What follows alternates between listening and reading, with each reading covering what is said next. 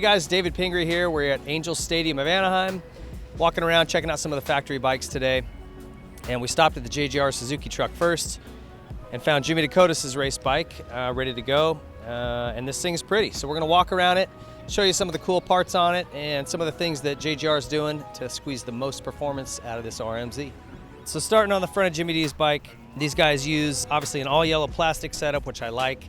Factory Showa suspension up front. These are factory Suzuki clamps that they run.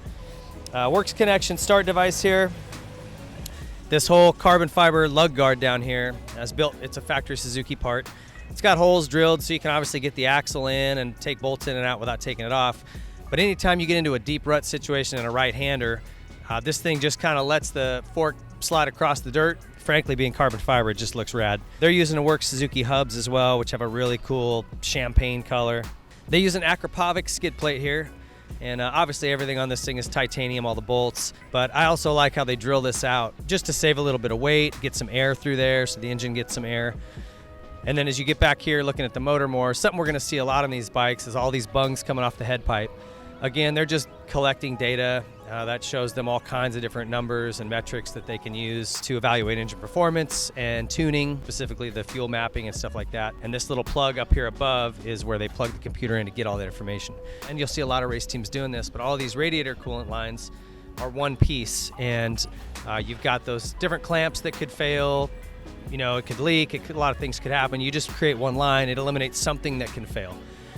All the coatings on this side, it's obviously a Hinson clutch inside here, and they come with this outer cover. But if you look at the black coating on the cases, these are really just more of a durability thing.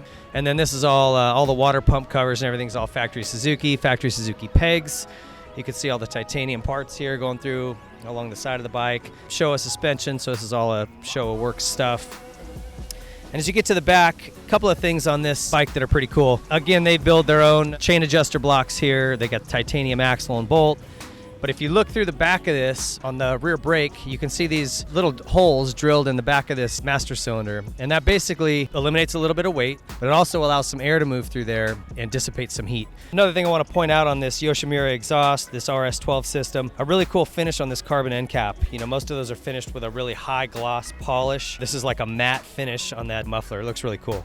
These guys are a Pro Taper team, using all Pro Taper products. Excel rims, and they're a Pirelli tire team as well. Pirelli's made a little bit more of a push these last couple years. They've got the Hinson cover on this side, and all these engine hangers they make in-house. They make the entire linkage underneath, the dog bone and the knuckle. That's all made in-house from JGR. And we'll talk a lot about engine hangers. You know, those are always different than what you'd see on stock, and they make them out of different materials, change the shape, change the bolts.